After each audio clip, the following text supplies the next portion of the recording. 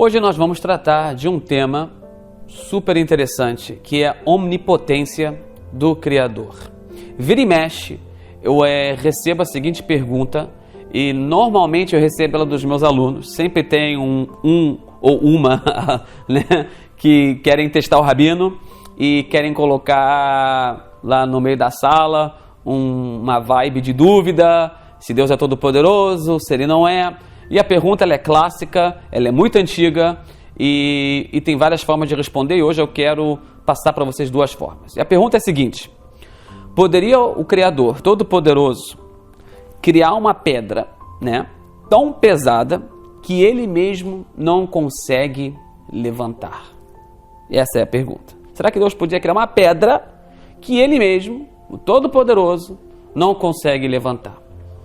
E todo mundo que recebe essa pergunta fica preso aqui a um problema.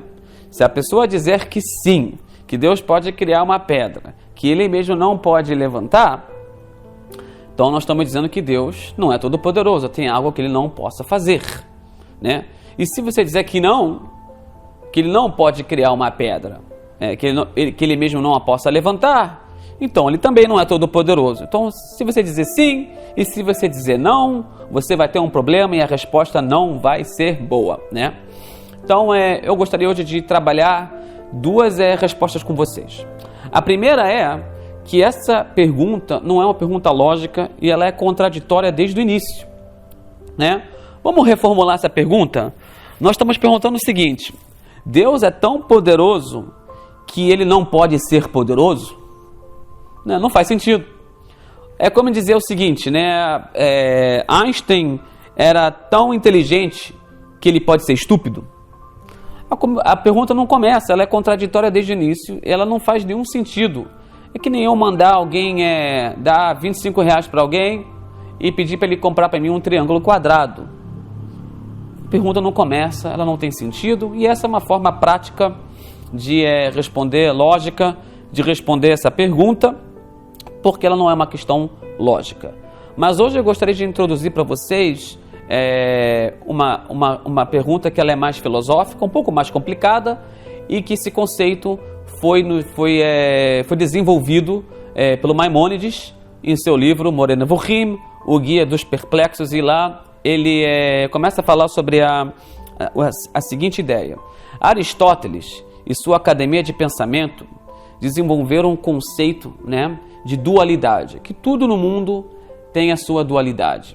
Vou dar um exemplo para vocês.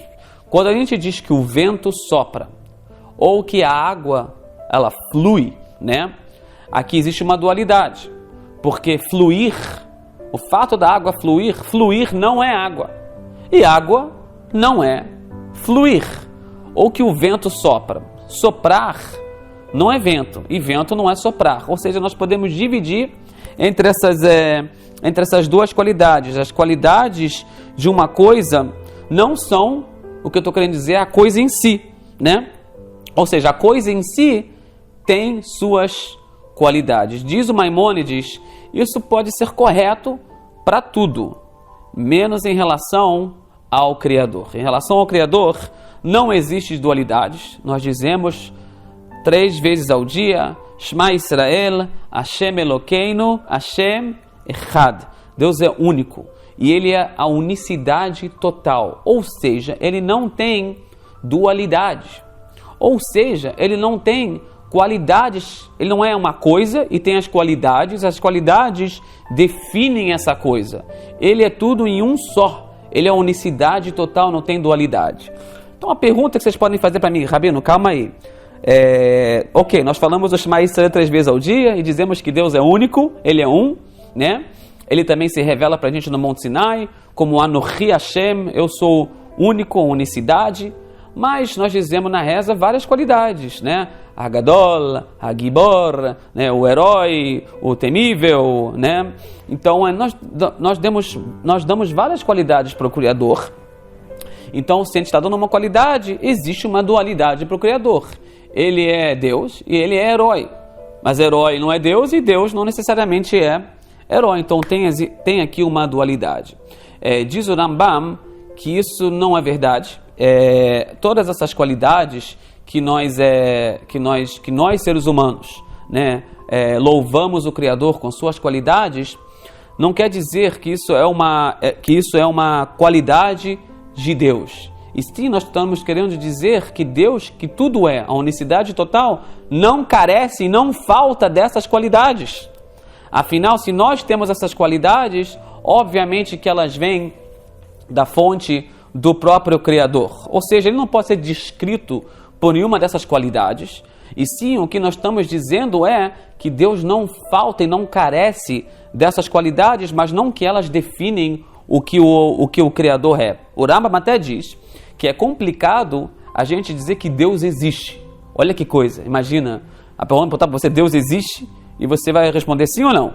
Então o Rambam diz que o mesmo problema da dualidade vai existir em relação a dizer que Deus existe, né? Porque nós vamos ter Deus e existência. Existência, a gente pode dizer, é uma qualidade. Algo existe, mas não é Deus. Então, tem Deus e tem a sua existência. Ou seja, que Deus, a gente não pode necessariamente afirmar que Deus existe, porque Deus ele é uma unicidade total, né? Quer dizer que ele não carece de existência. Isso que a gente quer dizer quando Deus existe, não que é uma qualidade do Criador. Vamos voltar à pergunta original agora, galera.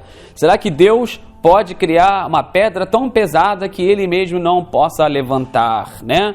Então, se a gente estivesse falando de um homem, se a gente estivesse falando de um anjo ou de qualquer tipo de criação, a gente podia perguntar quanto forte ele pode levantar isso e aquilo, e a gente poder medir as forças desse ser nesses termos, né? Mas quando a gente está se tratando de Deus, nada dessas qualidades se aplicam, né? Se algo é forte, se é pesado, porque tudo vem dele, né? Tudo vem dele. Se algo pode ser levantado ou não pode ser levantado, isso também vem do Criador. Mas nada disso mede o que ele ou o que ele não é, já que ele não é medido por nenhuma qualidade. Então, gente, quando a gente está perguntando se Deus pode criar uma pedra que não pode levantar, calma aí, a própria pedra que não pode ser levantada, ela também é o Criador. Não tem existência sem Criador, e qualidades não se aplicam ao Criador. Quando a gente dá qualidades para o Criador, o que nós estamos querendo dizer é que ele não carece dessa virtude, isso não lhe falta, mas não que ele é definido por tal qualidade, ou por tal força, ou por exercer tal poder. Espero que isso foi bem claro. É um conceito filosófico muito complicado. Para isso a gente poderia gastar horas e horas. Eu espero que isso possa ter ajudado a esclarecer o problema da omnipotência do Criador. E a próxima vez que você ouvir essa pergunta de alguém, você vai ter essas respostas nas mãos. Até lá, até o próximo vídeo.